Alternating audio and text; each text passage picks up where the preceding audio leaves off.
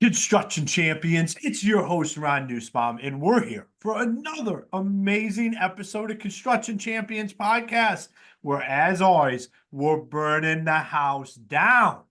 Twice a week, every Monday and Thursday, you can find myself along with amazing guests talking about how we rebuild that house we just burned down. Whether that's your personal life, your business, your relationships with employees, significant others, whatever that looks like, we're here to make you into that champion that you want to be. It's why you tuned in. It's why you're listening to a podcast called Construction Champions. I guess if you don't want to be a champion, now is the time to turn it off. So today is just like every other day. We have an amazing guest that I am super excited for. Todd, it is great to have you here. Hey, thank you so much. Appreciate the invitation. Looking forward to a great conversation. Thank you, Ron. Love what you do. Awesome, man. And before we dive into it, why don't you tell all the champions out there a little bit about yourself? Sure, absolutely. So I have spent my entire, at this point, very long career in the construction industry. I currently serve as president of Isaiah Industries, which is a manufacturer of specialty residential metal roofing products. And we produce in about 20 different product lines that we sell across North America and do a decent amount of export into Japan and Canada and the Caribbean and a few other areas as well. But the real rewarding thing that I get to do, Ron, is I get the opportunity to work with, literally thousands of contractors across the world, really, helping them figure out how to build their businesses. And so I get to talk a lot about, how do you turn a business into being a true construction champion? And I love that topic and love what you're doing by highlighting it. Awesome. Well, let's dive right in there. And I'm going to ask the $1,000,000 question. And that is, what makes a construction champion? Hey, construction champions. It's your host, Ron Nussbaum here. And I want to talk to you about how you can automate all of your marketing.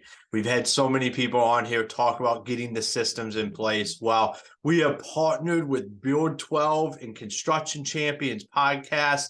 Les O'Hara, the founder, what really excites me is his 30 years in the industry.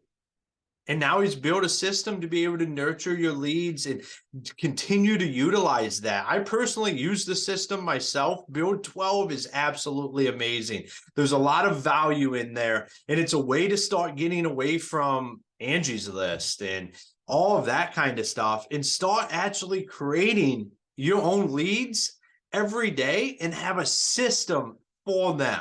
So go on our website, check out the show notes, go check out Build 12 and what it can do for the front end of your business today. It's absolutely amazing. I highly recommend going and meeting with Les and his son, Devin, and talking to him about what they built for their own business so the rest of the industry can take benefit from that. Here on Construction Champions, we're all about helping each other out. And what is better than contractors helping contractors?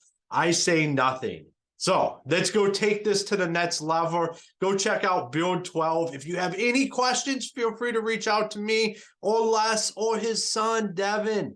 We're here to help. We want to continue to grow the industry. Sure. So, this can get kind of dry, but yet it isn't because it's exciting stuff to help you build your business. And, when I talk about this, what I look at a lot is, okay, again, I've worked with thousands of contractors and I've seen some that have gone to very high levels of success and stayed there or continued to grow. I've seen some that peaked and plummeted. I've seen some that never got out of the starting gate. So one of the things that I do when I train contractors is they'll ask me, what are the things I should be paying attention to? And to me, those things that they should be paying attention to are the things that will create construction champions. And it's very cool because a lot of times I'm just in there talking to them about metal roofing and how to institute metal roofing into their businesses. But we get to talking about a whole lot of other things as well. And a lot of times I'll have a lot of good book resources and podcasts and leaders that they can be listening to and things that they should be paying attention to if they really want to be that construction champion. So I've got kind of a checklist of these things. I'll go down through some of them today. If anyone wants to contact me, and I know we'll give some contact information later, I'll be happy to send them the entire checklist and even engage with them about it if they like. But I kind of break it down into 4 buckets, 4 different areas of things to think about. So one of those I call the basics. Another one I call, okay, that necessary evil, the financials of the whole thing. Another one I call the systems and people of your organization. And then finally, sales and marketing, which is kind of near and dear to my heart. That's where I've spent most of my life. But I kind of break things down into those 4 buckets. So if you want, I can highlight a couple things out of each bucket. Absolutely. And I love, so I mean, I'm so much like you is when I'm on cars and we're talking about builder comms and what we do is like we get down all these other holes because there's so much stuff that can be talked about, and it's not like about like that sales call. It's about like, how do I help this person with their business today, right now? And man, you can really, that's like the fun part. Like that's the exciting part where you do something or you say something and you see the light bulb go off in somebody's head. So I'm super excited to hear this. Absolutely. Well, one of the things, kind of looking at the basics of setting up a business or, making sure your business is tuned up to be a true champion. One of the things I talk about that a lot of companies don't do is I want them to make sure they've got a good attorney, make sure they've got a good accountant, make sure they have a good banking relationship. And I think a lot of business people kind of, well, my sister-in-law keeps my books and I kind of sometimes Google stuff when I got a legal question. No, no, you got to make sure that you got someone firmly in your court that's giving you good advice in all 3 of those areas: legal, your own finances, and then also banking relationship. A lot of people start businesses thinking, I'll never need a banker. I'll just have the cash come in as I grow. But that isn't the way most businesses end up scaling. At some point, you're going to need that banking relationship. And especially in this day and age, you're better to establish that early on so that banker starts to really know your business and starts to trust you and really know what you're all about and why you're doing what you're doing. So those 3 things are key: have a good accountant, a good attorney, have a good banking relationship. Now, I think one of the next things is core values. And one of the things, if you read a lot of the books, they talk about, you got to sit and you got to write your vision and you got to write your mission statement.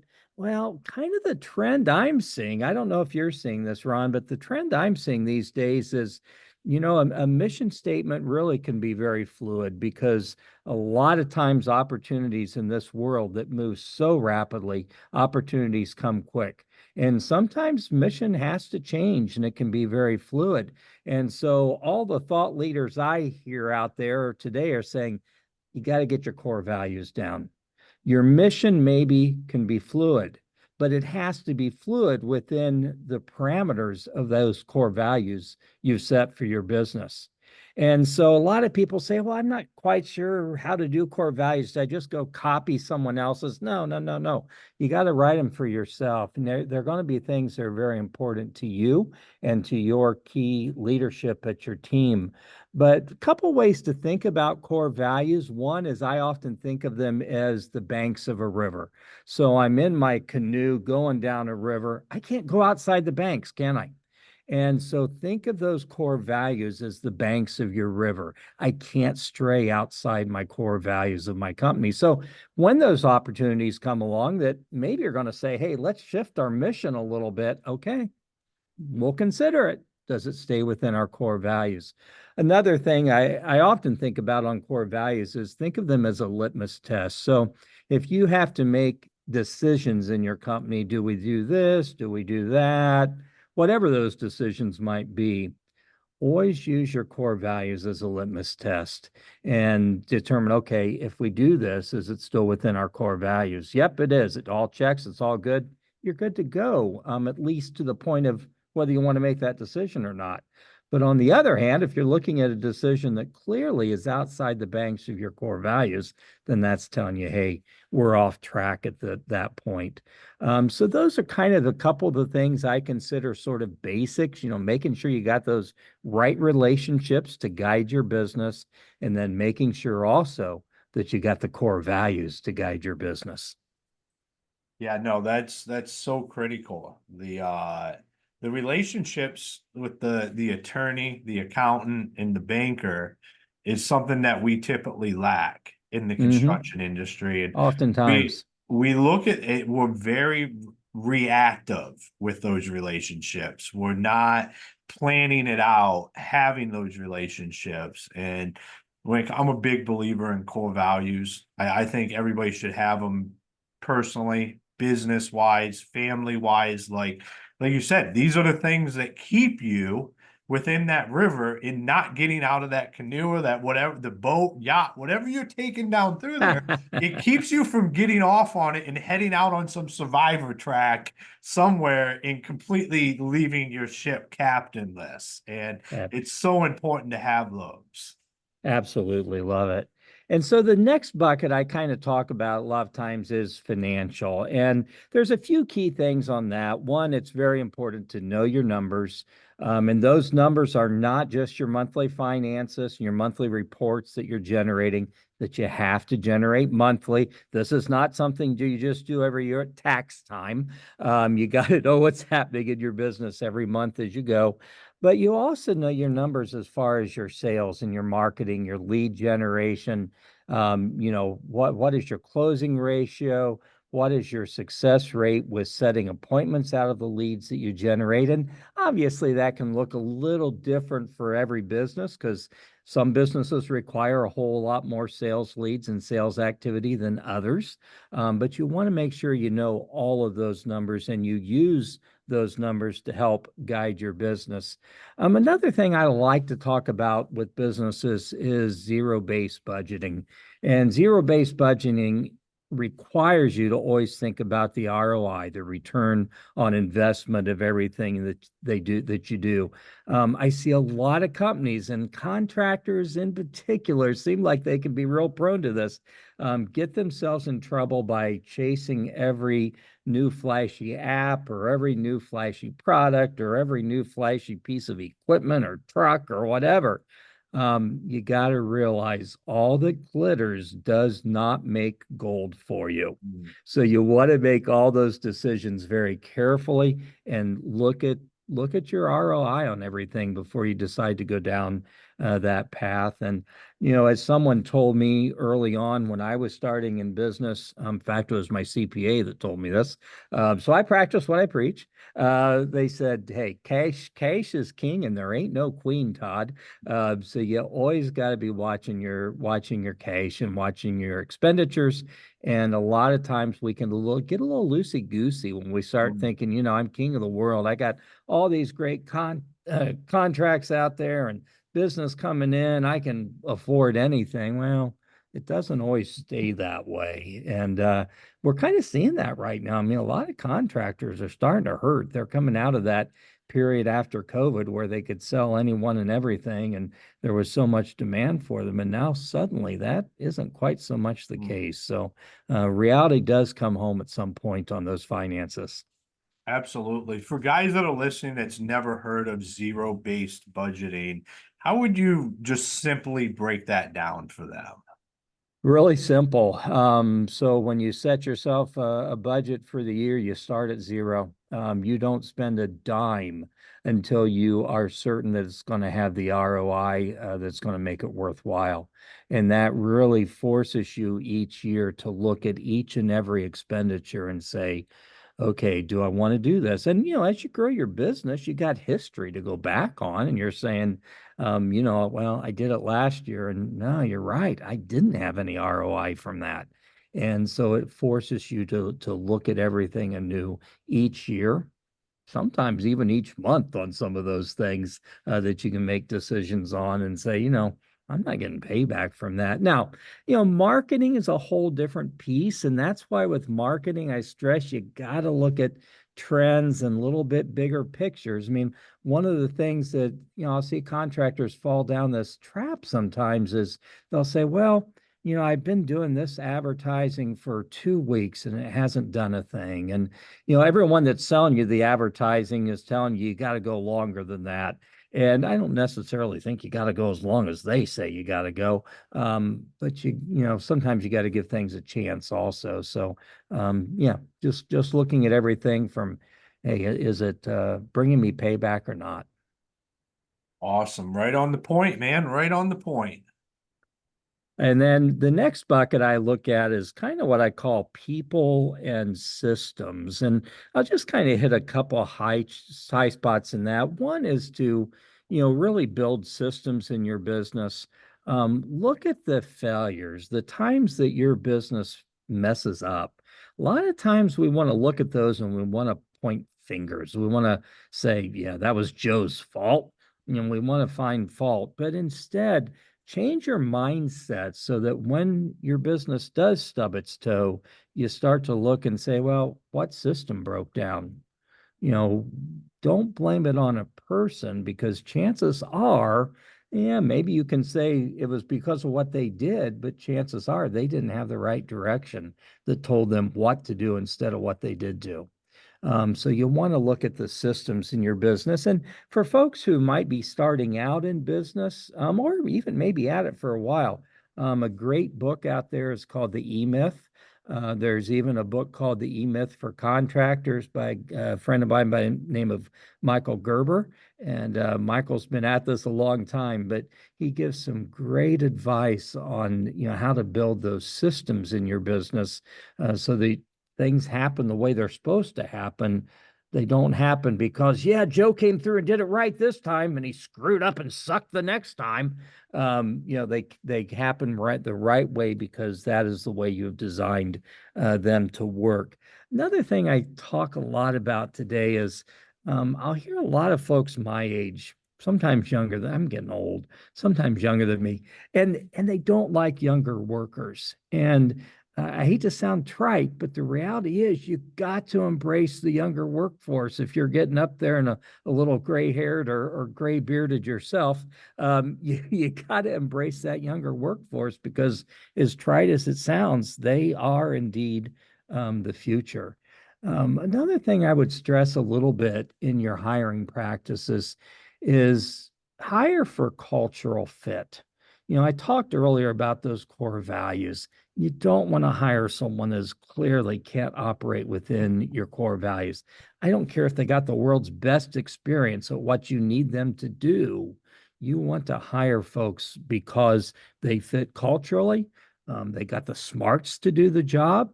Maybe they don't have the training. You can always train them how to do the job, but those basic personal attributes you can't build into people. They either got it or they don't. The other thing I talk a little bit about is remember that as a contractor, your people are they're critical to your success. And sometimes what I'll see, especially in construction, especially when people use subcontractors, and I'm all for subs, makes a lot of sense in a lot of cases, but they will also see their subcontractors as their path to profitability, not as their critical success maker. And what I mean by that is they'll say, well, I'll just negotiate a lower price so I can make money on this deal.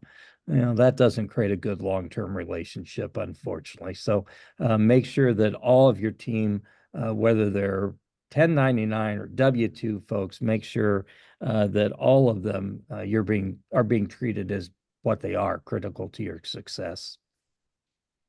Awesome, man. You're just dropping fire. It's like you came Hey. guns loaded, ready to rock and roll. You're making this easy on my end. Like you're just killing it. Well, I'm down to the fourth bucket, so we're about done. But again, I'm only giving teasers of some of this. So if someone wants the full list, I'm more than happy to send it to them. But kind of the final thing I look at is sales and marketing. And one of the things that's really important for any business is to know your competition.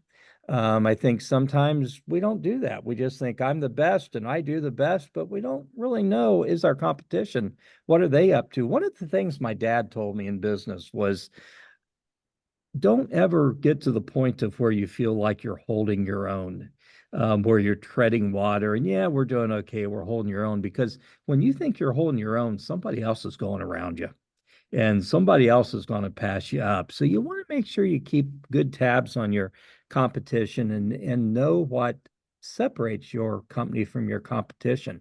Now, then you have to live and breathe that throughout your entire organization so that you don't stub your toe. I mean, if you're out there saying, hey, this is what separates us from the competition, you mess up on that one time and you're sunk. I mean, you got to make sure that you're staying up on top of that the whole time and doing those things.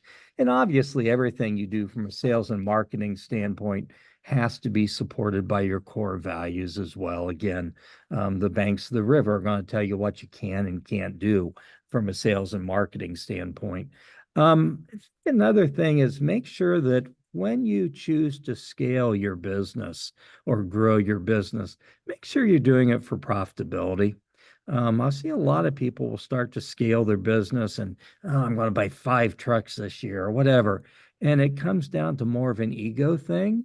But in the end, it's just bringing them more headaches, not really bringing them more profitability.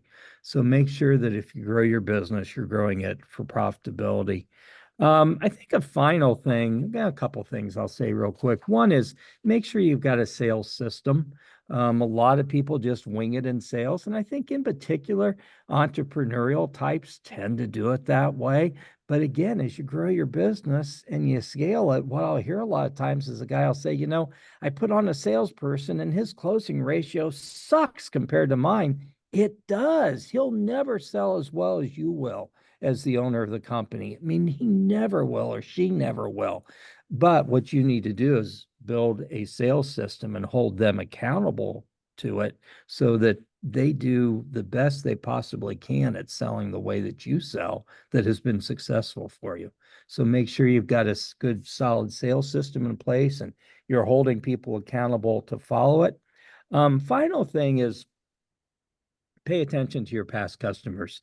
I think especially in construction, sometimes we finish that job and, oh, well, I finished that job. I'll probably never do business for them again. That's not really the case. Some of the real construction champions I see out there are building lifetime relationships, lifelong relationships with clients. And so not only are they there when that client needs future work done, but they are getting referrals from those customers. And everyone knows the difficulties of lead generation these days. Leads are more expensive to generate, tend to have a lot more competition behind them. But the best leads, everyone are going to tell you, is going to be a lead from a referral from a past customer. So you make those past customers happy, you keep them happy, you keep paying attention to them. Think of it this way. Let's say you're in a construction field and normally you say, 15% of my revenue goes toward marketing, toward lead gen every year. What if you take 3 of that 15% and you start to say, okay, I'm going to spend 3% on my past customers every year to try to get referrals from them. And that's going to drop my overall traditional advertising, but it's going to allow me to build relationships with those past customers so that I get referrals from them, which we all love referral business. So just a few other things there to think about that, again, these are things I didn't dream up. These are things I learned from 40 years out there in the field in the trenches, talking to contractors and working with all types of companies. Awesome, man. I mean, I would say, the 4 things, I would say you stepped up and you hit a grand slam, like boom, just hit the ball out of the park. I agree with pretty much everything you're saying from every aspect of it. You're right on point. You can tell you've been around the guys because like this is the stuff that matters. This is the stuff that moves the needle. And it might be, we might have the blinders on a little bit when it comes Yeah. to this stuff, but these are the fundamentals. So I know that was I just all a teaser. So for all the guys out there listening that want some more information and would like to follow you or connect with you, what's the best ways for them to do that? Sure. And I love how you said that, the stuff that matters. And I think that is what this stuff is. So, no, folks are always welcome to reach out to me. I'm on LinkedIn. Search Todd Miller Metal Roofing. You're bound to find me there, I can assure you. I also have a website called asktoddmiller.com, where I answer questions for contractors and property owners, architects, whoever. But easiest email address for me is actually todd@asktoddmiller.com. Otherwise, I got to teach people how to spell Isaiah, since that's the name of our company. And that's just gets ugly real quick. So Todd@asktoddmiller.com, Todd Miller Metal Roofing on LinkedIn. They're going to find me. And I am happy to send this full list to them. Awesome, man. I love asktoddmiller.com. I did not know you owned that domain. That is amazing. Like, it makes me think, why do I not have askronnussbaum.com? There you go. Like, You need that is that. awesome, man. I love it. I love it. I love it. Well, thank you for taking the time and being on the show today. Well, it's been a real pleasure. I love what you do. I've enjoyed having you on our show a couple times. You've been on our podcast, Construction Disruption, twice now, and you've been a great guest on that. And your episodes have always been well followed and enjoyed. So thank you for that as well. Awesome. I appreciate that. I think it has to do with just bringing the energy around the There you go. construction industry. People can feel that. They know when you know your shit, and they know when you're excited about the construction industry, and that's what we are. So I love it, man. And thank you for everything you do. Why don't we didn't go into the podcast before we go here? Why don't you once again, mention that and where people can find it? Yeah, so the website for that is construction hyphen, the little dash, don't spell out hyphen, construction-disruption.com. And kind of cool. So we have some format similar to yours. We have a lot of guests, but what our focus is on is trying to uncover the future of design, building, and remodeling. So our guests cover a wide gamut, from folks who are in tech like you to folks who are producing actual new products or whatever that might be. And we also have gone down some paths talking about things like addiction and recovery and mental health, some of the things that sometimes plague our industry disproportionately compared to the rest of the world. I love it. And for everybody listening, I highly recommend it. It is a fantastic podcast. I find myself listening to it still to this day. They bring on great guests that when you talk about the future, what technology is going to be, or what the future of construction is going to be, whether it's technology, new products, or things that we need to do around our industry to continue to improve it, they definitely touch on those subjects. So like I said, Todd, it has been great having you on the show today. Hey, thank you so much. I enjoyed it. Keep up the great work. You're doing good stuff out there, and together we'll continue to grow and develop and shake up this industry a little bit. Absolutely, man. So, Construction Champions, another episode in the bag. Well, Todd touched on four core, I don't want to use core because one of them's core belief, but four main aspects that your construction business should be hovering around. Like it's the foundations, it's the four corners of the foundation. There we go.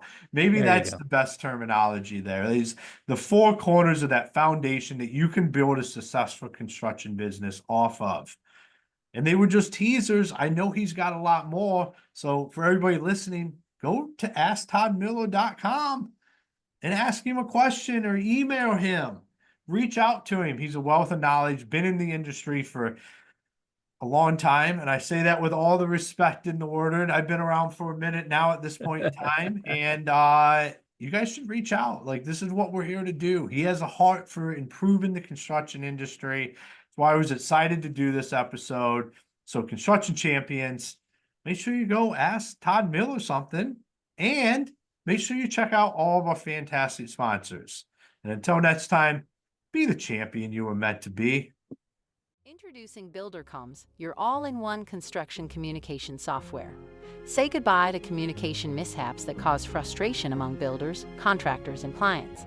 The BuilderComms platform unifies communications, making it easy for you to chat, share updates, and collaborate effectively in one place. Experience the transformation in construction project management with BuilderComs. Visit us at buildercoms.com to learn more and start streamlining your projects today.